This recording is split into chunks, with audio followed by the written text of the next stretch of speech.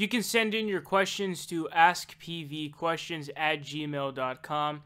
Today we're going to be talking about a question sent in by Let's Have a Discussion. He says, race realism and general proto-fascist rhetoric has been gaining traction on YouTube, with channels like Andy Worski getting hundreds of thousands of subscribers peddling this ideology, and general far-right rhetoric in general has become more and more popular on YouTube.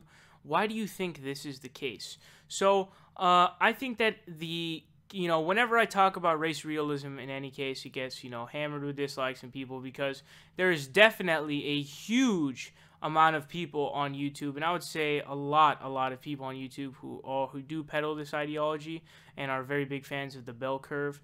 Now, why is the race realism, why has it become so popular? Now, for me, I'm not sure about you guys, but the reasoning is very obvious. So, of course, the rise of what the so-called alt-right is obviously the reason why, specifically on YouTube and online, why the ideology of race realism has become so popular. So, of course, the kind of, obviously there has been racism and white nationalism and white supremacy for forever, right? Forever, all throughout history.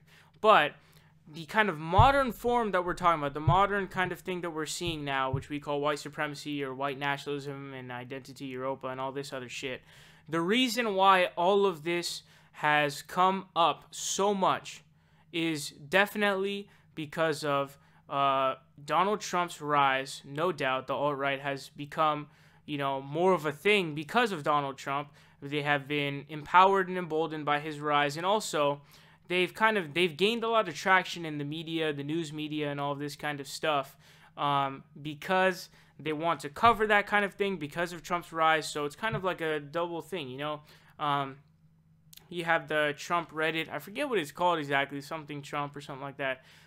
They have a big Reddit that's very popular, and it's obviously the Trump rise. And also, of course, some of the causes in other countries especially are things like immigration and refugees that are the cause of it. But if we're talking specifically on YouTube, with white nationalism and race realism and all of this different kind of stuff, it's most definitely due to the rise of both Donald Trump and the alt-right, which are almost crossed over. So I hope that answers your question.